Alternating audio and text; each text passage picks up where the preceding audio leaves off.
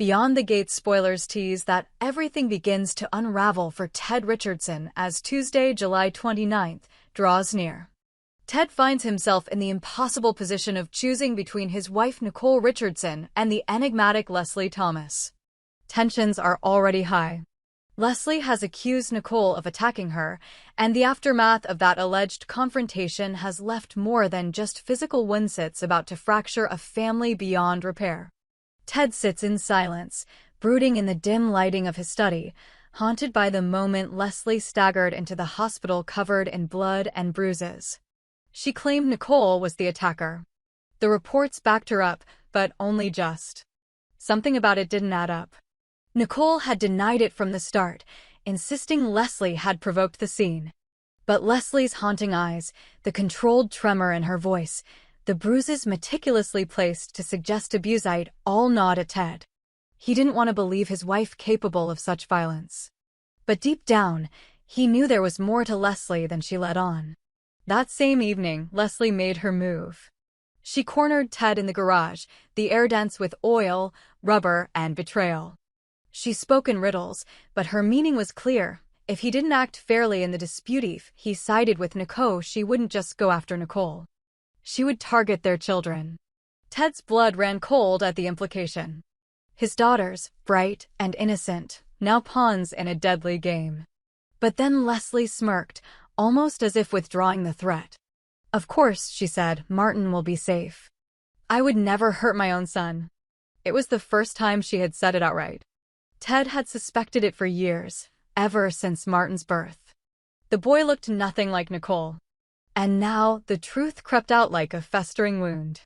Leslie had always been part of their lives, lingering in the shadows. A close family friend, nothing more, so they told themselves. But if Martin was Leslie's child, and if Ted had known, even partly, then the balance of his marriage was built on a lie. Ted thought back to those nights 8 years ago, when Nicole had mysteriously vanished for a few days and returned with vague explanations. Leslie had been in town then. So had Ted. The timeline lined up. The guilt had eaten at him for years, but he had buried it. Now, it clawed its way out. Leslie knew she held the upper hand. And Ted, despite every effort, was leaning toward her side. There was something magnetic about her manipulation. It wasn't just that she knew how to lie, she knew how to place people where she wanted them, like chess pieces. The authorities didn't take long to get involved. Jacob Hawthorne, the town's only remaining honest detective, paid a visit to the Richardson home. His face was tight with tension. He didn't want to be there. He knew Leslie well, had seen her fabricate stories before, but protocol demanded action. Nicole was to be taken into custody, and Ted needed to accompany them to give a witness statement. Ted didn't resist. His silence in the cruiser screamed louder than any words. Nicole watched him through the glass barrier, her eyes pleading for support. But Ted looked away. That night, Leslie stood before a mirror, reapplying makeup to enhance the fading bruises. Her phone buzzed a message from Naomi Hamilton, "Stop playing the victim. Some of us see you." Naomi had been watching from the periphery. Her instincts told her Leslie wasn't the wounded woman she claimed to be. Naomi had once been close to Ted, too close, maybe, and she knew how Leslie had clawed her way back into his orbit. Naomi, never one to wait on proof, began her own quiet investigation. She started at the hospital. The doctor's report on Leslie's injuries was filled with inconsistencies. The bruises were superficial. The lacerations had unusual depth angles. It felt staged. Naomi confronted the attending physician, Dr. Callan, but his answers were slippery. There was a smell of bribe money in the air. Unable to pin down Leslie through medical records, Naomi pivoted. She followed a new trailer woman named Regina. Odd, elusive, connected to Leslie somehow. Naomi arranged a meeting. Regina turned out to be something else entirely. From her posture to her phrasing, Naomi could tell she was hiding her real identity. In a quiet moment, Naomi took a photo and ran it through her contacts. The result? June. The same June who had disappeared years ago after a scandal involving Leslie's former business partner. If June was back and under a different name, Leslie was orchestrating more than just a domestic feud. She was playing a long con. Meanwhile, Kat Richardson, Ted and Nicole's niece, struggled with her own secret. For months, she had been involved with Thomas Navarro, a charming but unstable man. She had convinced herself it was love. But when she failed to get pregnant after an encounter she thought would change their future, she began to suspect the worst. Infertility ran in her family, and Kat feared the truth. Worse still, she had reason to believe Thomas had been seeing her sister, Eva. The two had always shared a dangerous dynamic, a mix of rivalry and dependency. Eva never outright admitted it, but her subtle comments and glances betrayed a deeper connection. Kat's insecurities spiraled. Desperate for clarity, she confided in Chelsea Hamilton. Chelsea, older and wiser, didn't judge. She urged Kat to come clean to Thomas. Secrets don't stay buried. Not in this family, Chelsea warned. Kat hesitated. Her heart told her Thomas deserved the truth, but her fear whispered otherwise. What if he left her? What if he had already left in his heart, and she was just pretending it wasn't true? Back in town, June met with Bill, a reclusive figure who rarely left his estate. Their meeting was tense, cautious. June spoke with a brittle edge. Bill listened, his face unreadable. "You know why I came," June said. "I suspect," Bill replied. "But it's not something we can just say aloud." Their conversation wove through years of secrecy, hints of DNA tests, whispers of late-night visits. If June was telling the truth, Bill was her father. But that meant more than just shared blood. It meant Bill had been part of whatever machination Leslie was pulling together. And Bill was tired of secrets. June pressed him. "You owe me the truth. You owe me acknowledgement." But Bill only sighed. Sometimes the truth doesn't fix things. Sometimes it just breaks what's left. As July 29th loomed, the walls were closing in. Ted stood at the crossroads of loyalty and betrayal. Naomi had begun assembling her evidence against Leslie, but without hard proof, she was shouting into the void. Kat teetered between disclosure and silence. June hunted for a father who might destroy her chances at peace. And Leslie, ever the puppeteer, continued pulling strings from her hospital bed, wrapping everyone tighter in her web. The showdown was coming. The court hearing between Leslie and Nicole was now a public spectacle. Reporters lingered outside their homes. Social media speculated endlessly. But behind all the gossip was something darker, a secret pact between Ted and Leslie. One forged not just out of shared history, but a son they had both tried to hide. Ted knew the moment of truth was close. His choice wouldn't just define the fate of his marriage. It would reshape every relationship in their chaotic, fragile world. One wrong word could cost him everything: his children, his peace, and the last remnants of the man he used to be. The night before the trial, Ted stood outside Martin's door, listening to the sound of his son breathing. If Leslie was telling the truth and Martin was hers, what did that make Ted? A father divided? A husband betrayed? Or just a man who made one terrible choice too many? He didn't sleep that night. Neither did Nicole, who waited in the guest room, pacing like a ghost of her former self. And far across town, Leslie watched the city lights from her hospital room, fingers tapping rhythmically against her bed rail, already knowing exactly how tomorrow would unfold. She always did. Courtroom whispers fell silent the moment Leslie walked in. Her arm in a sling, her bruises darker than before, her expression carefully calibrated between victim and survivor. The judge raised an eyebrow but said nothing.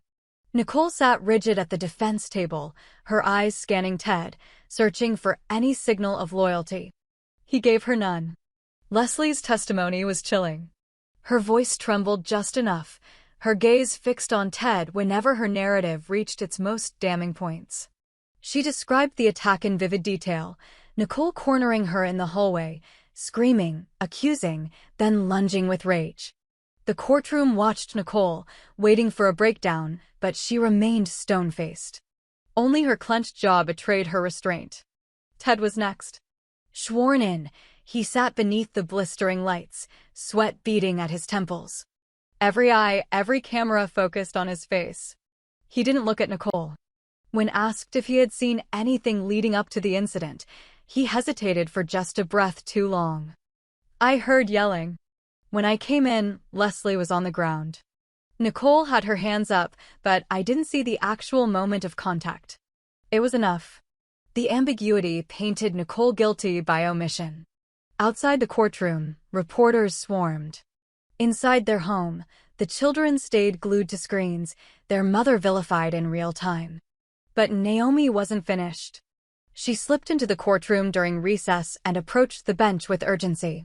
She handed over a sealed envelope, a forensic review from a third-party specialist. The judge opened it.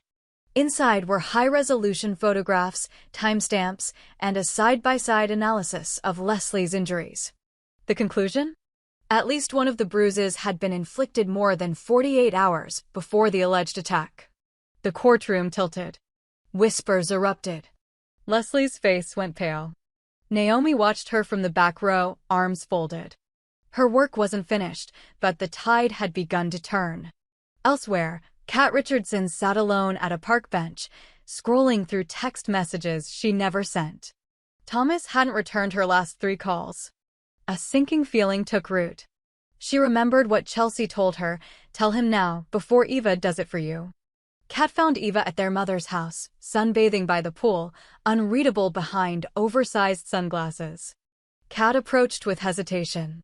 "Have you seen Thomas?" Eva pulled her sunglasses down just a little. "Why? Is he missing? Or are you just missing him?" The tone was playful, but the undertone was sharp. Kat didn't play along. "Did you sleep with him?"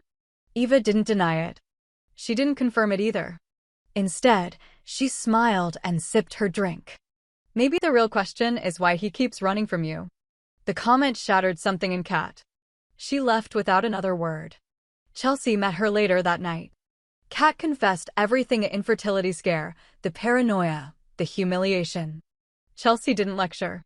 She offered to take Kat to a specialist, someone outside of town, someone discreet. The wheels of healing began to turn. Meanwhile, Naomi dug deeper into Leslie's inner circle. Her sights were set on Regina, or rather, June. She intercepted her outside a small boutique where June volunteered. The two locked eyes. "You're a long way from the name on your driver's license," Naomi said. June sighed. "You don't know what you think you know. Try me." They walked. June explained how she'd disappeared after taking the fall for a financial scandal involving Leslie. She'd changed her name, started over, but Leslie never let her go. The woman had a way of holding people hostage without chains. "So why come back now?" Naomi asked. June hesitated. "Because of Bill." June revealed she'd uncovered letters, hidden correspondence between Leslie and Bill, coded, cautious, but unmistakably intimate. Leslie hadn't just used Bill for money. She had controlled him, shaped decisions at his company, maybe even influenced family matters. And there was more. June had a strand of Bill's hair, swabbed from a hat he left behind. She intended to run a DNA test. Naomi offered to help. Whatever Leslie was planning, they had to dismantle it before it consumed everyone. Back at the Richardson residence, the children were asking questions. Martin especially. The whispers around town had reached his school. He confronted Ted in the kitchen. "Is Leslie my real mom?" Ted dropped the plate he was holding. It shattered across the tiles. The room fell silent. Ted had no answer, only memories of a mistake that had snowballed into a lifetime of consequence. He had promised Nicole he would never let the past touch the children. But Martin had already been touched by it, shaped by it. That night, Ted visited Leslie in secret. She was recovering at home now, her house dark and cold. "He knows," Ted said. Leslie didn't flinch. "Let him. He's a kid. He's our kid." Ted stared at her. "What are you doing, really? Why all this? You could have walked away. But you came back." Leslie finally showed her cards. "Because I'm tired of hiding. I want what was mine from the start. You. Him. A life that isn't wrapped in someone else's fantasy." Ted stepped back. "You're talking like Nicole stole something from you." "She did." He left without another word. That weekend, June met Bill one last time. The DNA results had come back. She handed him the envelope. Bill didn't open it. He stared at it, then at her. "It doesn't change how I've lived," he said. "But it might explain a few things." June nodded. "It changes everything for me." Back in court, Naomi presented her findings. She had records of financial transactions payoffs to Dr. Callan, receipts tied to Leslie's cosmetic supplier, even voice recordings between June and Leslie discussing the staging of injuries. The judge paused the proceedings and called for an evidentiary review. Leslie, cornered, asked for a recess. Outside, she approached Ted in a hallway lined with marble and ghosts. "If I go down, you go with me," she said. Ted didn't flinch. "Then we fall together." But inside, his heart was breaking. He'd hurt Nicole. He'd endangered his kids. He'd let a ghost of the past manipulate the present. Now, the only path forward was truth, ugly, painful, public truth. Later that night, Kat finally reached Thomas. He sounded tired, worn. She told him everything. Her infertility. Her fears. Her jealousy of Eva. There was silence on the line. Then Thomas spoke. "I didn't sleep with Eva," he said. "But I wanted to. Because I thought you didn't love me anymore." Kat cried. Not because of betrayal, but because she had believed a lie she told herself. They agreed to try again. But this time, honestly. In the final days before the court ruled, Naomi visited Nicole. She told her about June. About the recordings. About everything Leslie had orchestrated. Nicole nodded. "I knew she was dangerous. I just never thought she'd be so good at hiding it." Naomi smiled faintly. "They always are. Until they lose control." On the day of judgment, everyone was present. June sat behind Naomi. Kat clutched Chelsea's hand. Ted sat alone. The judge read the findings. Charges against Nicole were dropped. The court would investigate Leslie for perjury, fraud, and defamation. She was remanded into custody pending further review. Leslie didn't scream. She simply smiled. That unsettling, calm smile. She looked at Ted one last time and whispered, "You still chose me once." He didn't reply. Outside, the family waited. Broken, but breathing. The storm had passed. But the damage lingered. In whispered doubts. In public scrutiny. In the hollow spaces between former lovers and fractured siblings. Yet for the first time in months, the future looked real. And maybe, just maybe, it belonged to them again. Weeks passed. The town was slower, now quieter. News vans had packed up. Headlines had shifted. But the emotional wreckage still sat in the corners of every home touched by the case. Nicole returned to the house, not as a wife, but as a mother, moving room to room like a visitor in her own life. Ted remained in the guest house, unsure whether his presence was a comfort or a wound. Martin avoided them both. He spent most days out with friends or holed up in his room. His grades dropped. He stopped responding to texts. The truth had upended his world, 2 mothers, 1 father, and a history written in secrets. Ted tried to reach out, but every attempt was met with silence. The trust had fractured too deeply. Chelsea took the children for a weekend trip, giving Nicole and Ted the space they needed but never asked for.